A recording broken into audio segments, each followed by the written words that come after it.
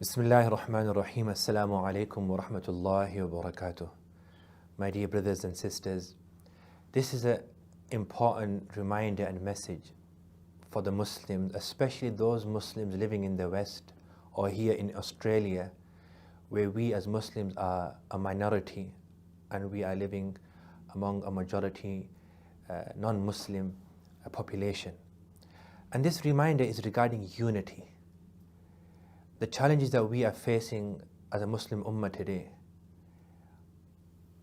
are unprecedented in history, where people are now questioning reality itself, where people identify as whatever they want. They question reality, they question nafsul haqiqah.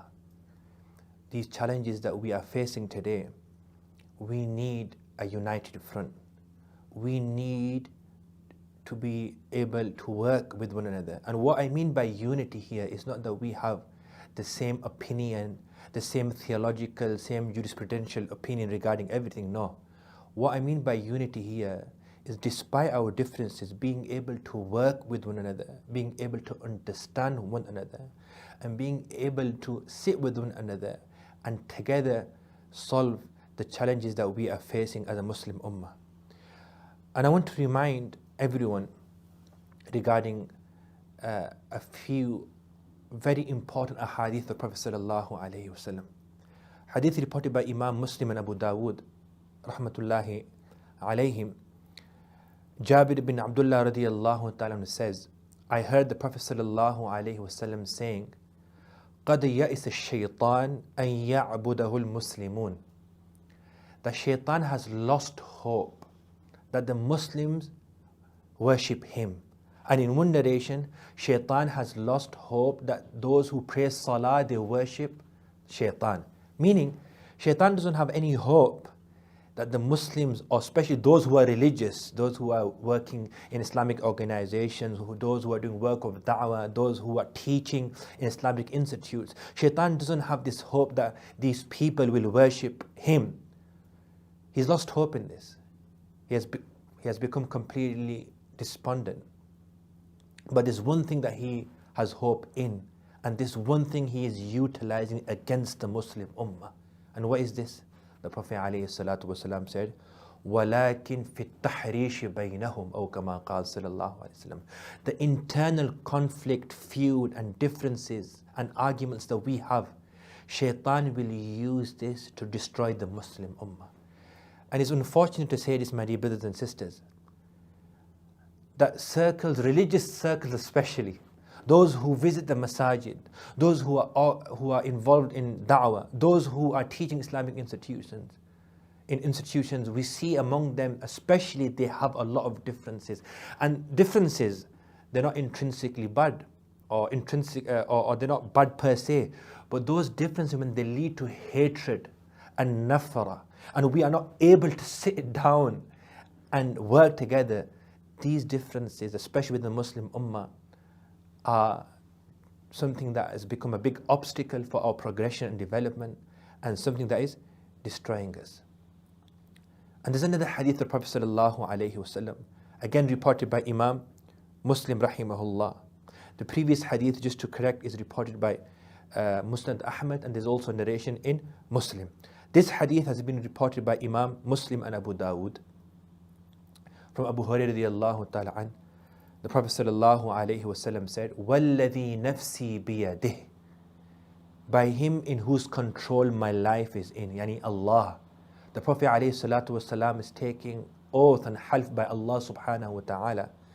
لَا تَدْخُلُوا الْجَنَّةَ حَتَّى تُؤْمِنُوا. You can never ever enter Jannah until you believe. وَلَا تُؤْمِنُوا حَتَّى تَحَابُوا. And you cannot have Iman and you cannot believe until you love one another. أَفَلَا أَدُلُّكُمَا عَلَىٰ أَمْرٍ إِذَا فَعَلْتُمُوهُ تَحَابَبْتُمْ. Shall I not guide you? Shall I not tell you regarding something that if you do this, you will begin to love one another? أَفْشُوا السَّلَامَ بَيْنَكُمْ. Spread salam among one another. So by spreading salam and saying salam to those people who we agree with and those people who we disagree with, this will create harmony and peace among us, inshallah. Another hadith, one final hadith from Abdullah bin Salam radiyallahu ta'ala an. Before accepting Islam, he was a Jewish scholar. And he mentions in a hadith reported by Imam Tirmidhi rahmatullahi alayhi that the Prophet sallallahu alayhi wasallam came to Medina. And I heard that the Prophet alayhi salam had arrived. At this point, Abdullah bin Salam had not accepted Islam. So he says, فَجِئْتُ فِي النَّاسِ لِأَنظُرَ إِلَيْهِ. I also came to visit the Prophet alayhi salam and to see him. فَلَمَّا اسْتَبَنْتُ وَجْهَ رَسُولِ اللَّهِ صَلَى اللَّهُ عَلَيْهِ وسلم. I looked carefully at the blessed countenance and face of the Prophet sallallahu alaihi wasallam. And after looking at him carefully, عرفت أن وجهه ليس بوجه كذاب. I realized and I understood that this face cannot be a face of a liar. Subhanallah. وكان أول شيء تكلم به. The first thing the Prophet ﷺ addressed the people of Medina after Hijrah was Ya ayyuhan nas, O people, addressing the common people and populace. Afshu salam, spread salam. Wa at'imu ta'am, give people food.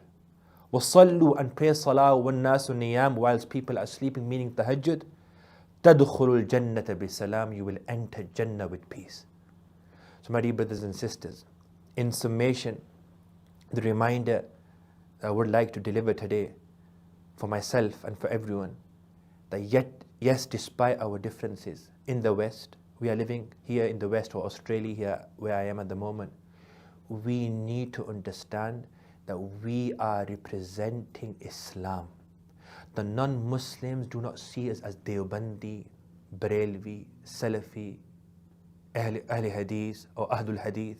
Yes, these are groups that we have, denominations that we have, and we can't eradicate these differences. We can discuss these differences academically amongst one another in a civil manner.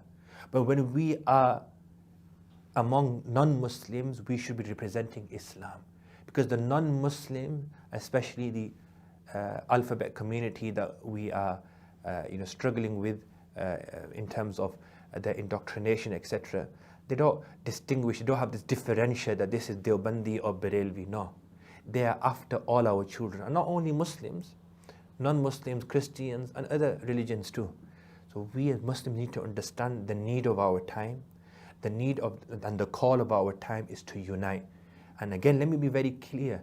What I mean by unity is not that we forget our differences and we all adopt the same modus operandi in our theology and jurisprudence. No.